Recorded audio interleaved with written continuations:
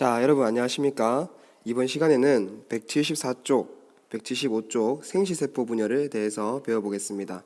학습 목표를 먼저 보도록 하겠습니다.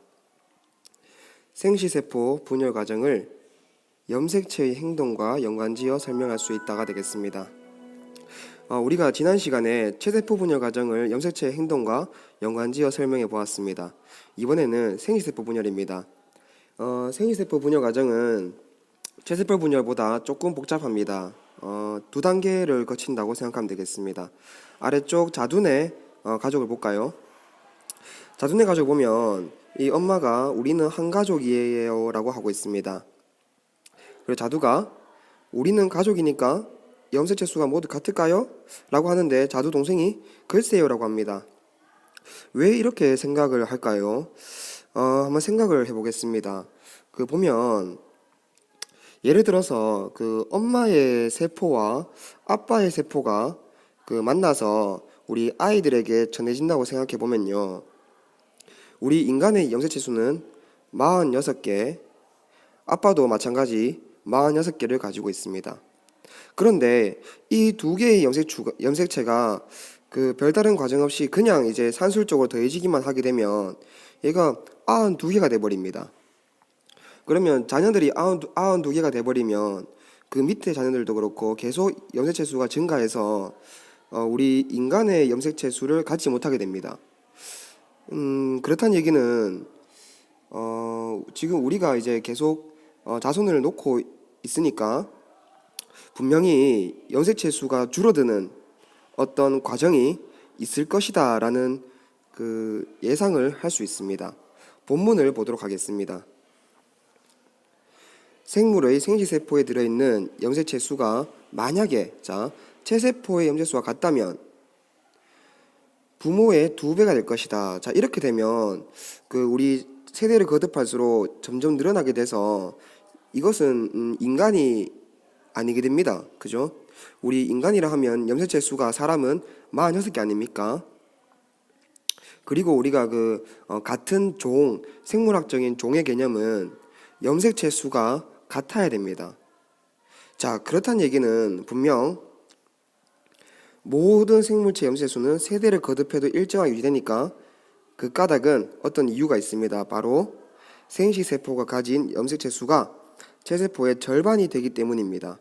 그래서 46을 2로 나누게 되면 23, 23이 됩니다. 그 다음에 또 46을 마찬가지 2로 나누면 23.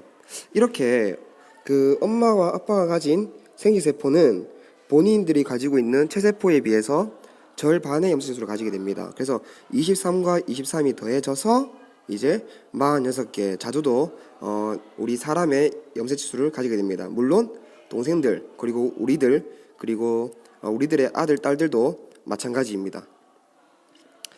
그러면 왜 이렇게 절반으로 줄어드는 과정이 왜 이렇게 절반으로 줄어들까? 그 과정을 살펴보도록 합시다. 참고로 생시세포 분열은 염색체 수가 절반으로 줄어들기 때문에 감수 분열이라고 합니다. 숫자가 줄어든다. 염색체 수가 줄어들기 때문에 감수 분열이라고 합니다. 그리고 생시세포 분열은 체세포 분열과 달리 감수 1분열, 감수 2분열 연속해서 2번 일어난다. 이것이 체세포 분열과 차이점이 되겠습니다. 우리 시험에도 체세포 분열과의 차이점을 묻는 문제들이 참 많습니다. 그러면 계략적인 과정을 보도록 하겠습니다. 174쪽과 175쪽을 기준으로 이 절반을 딱 자르게 되면 감수 1분열 이 174쪽, 감수 2분열이 175쪽 이렇게 2번의 분열이 연속해서 일어나게 됩니다. 그리고 체세포 분열의 시작과 마찬가지로 처음은 역시나 간기입니다. 간기에서 세포가 생장해서 유전 물질이 복제가 되고 분열을 준비합니다. 그럼 마찬가지로 전기, 중기, 후기, 말기, 그 다음에 세포지 분열이 일어나고요. 그 다음은 간기를 거치지 않고 곧바로 전기, 중기, 후기, 또 말기, 세포지 분열입니다. 예상해 볼 수 있지만 우리가 이제 분열이 한번 일어나게 되면 딸세포가 2개가 나타납니다. 그런데 분열이 2번 일어났으니까 마지막 결과 딸세포는 4개가 됩니다. 자, 그러면 교과서를 보도록 합시다. 175쪽입니다.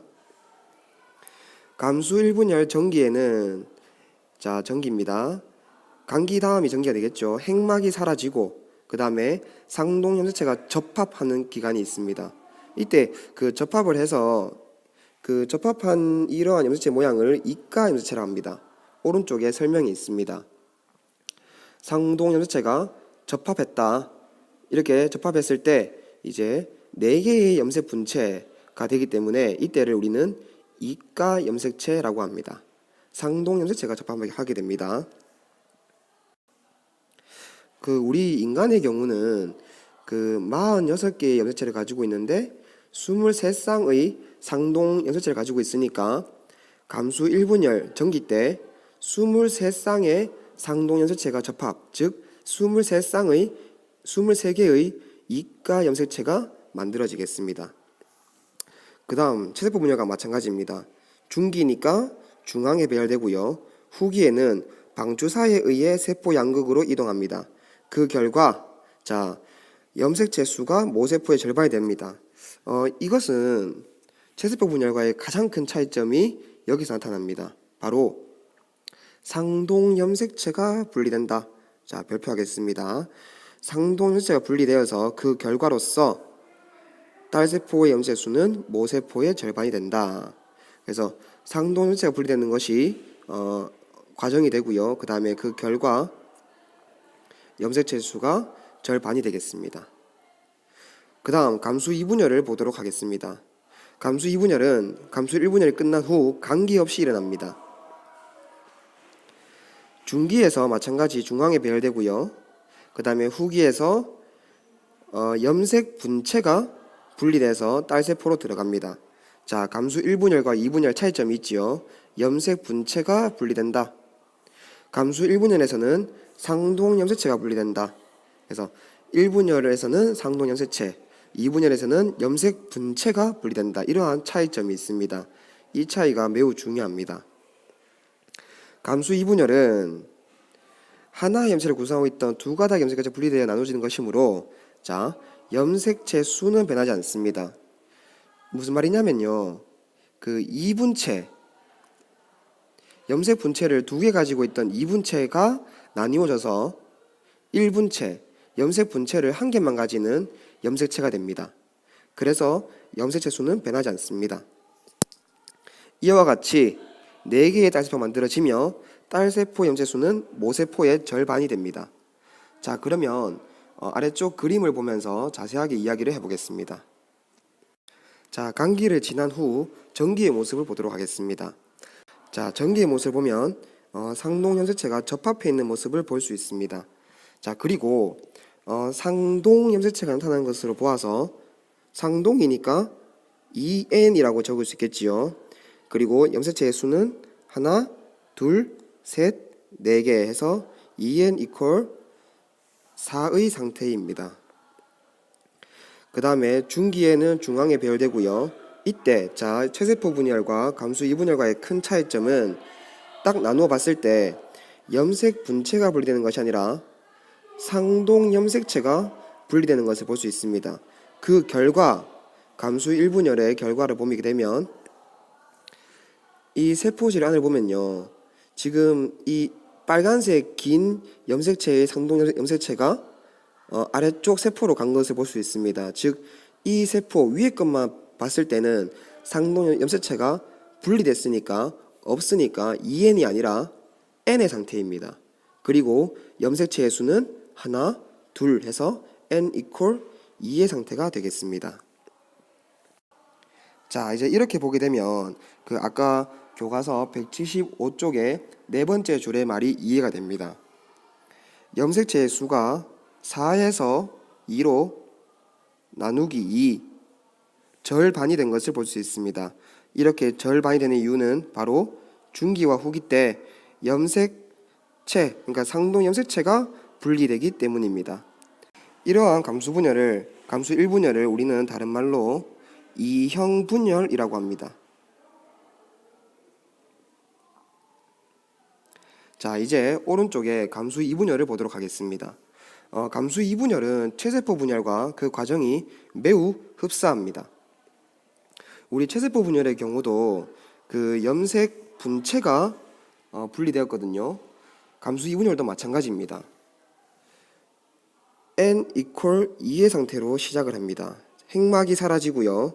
그래서 이 핵막이 사라진 상태에서 중앙에 배열한 다음에 염색 분체가 끌려가는 것을 볼 수 있습니다. 이렇게 염색 분체가 끌려갔기 때문에 딸세포의 그 염색체를 세알해 보면요, 이렇게 들어가 있을 거 아닙니까? 그러면 빨간색 한 개, 파란색 한 개, 물론 상동이 들어가 있지 않습니다. 그래서 상동이 아니기 때문에 n 그 다음에 두 개가 들어가 있으니까 n equal 2입니다. 결과를 보게 되면 n equal 2, n equal 2 변화가 없습니다. 단지 변화 있는 것은 2분체의 염색체가 1분체의 염색체로 분리되었습니다. 바로 후기 때 염색 분체가 분리되었기 때문입니다.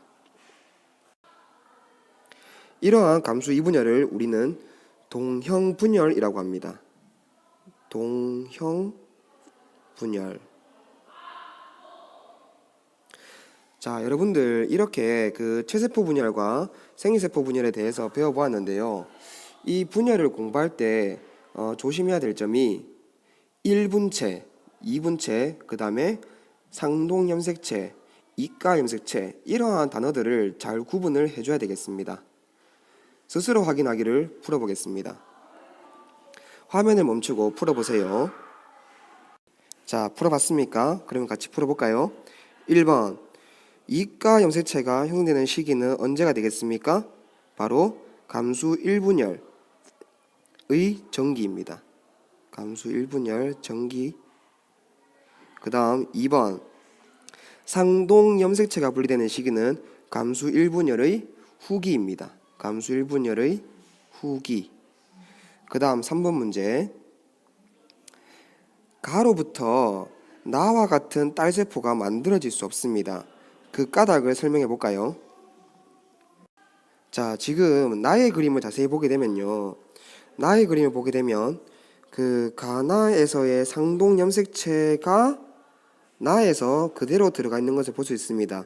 길이가 같으니까 상동염색체입니다. 그런데 우리 감수 1분열 때는 상동염색체가 나뉘어지기 때문에 이렇게 상동염색체가 같이 딸세포에 들어가 있을 수가 없겠습니다. 자, 그러면 정답을 적어 보겠습니다. 자, 정답은 생시세포가 분열이 일어날 때 상동염색체가 접합하여 이가염색체를 형성한 후 이제 형성체 분리되므로 상동염색체를 가진 딸세포는 만들어질 수 없다가 정답이 되겠습니다. 자, 필기하고 여기서 마치겠습니다.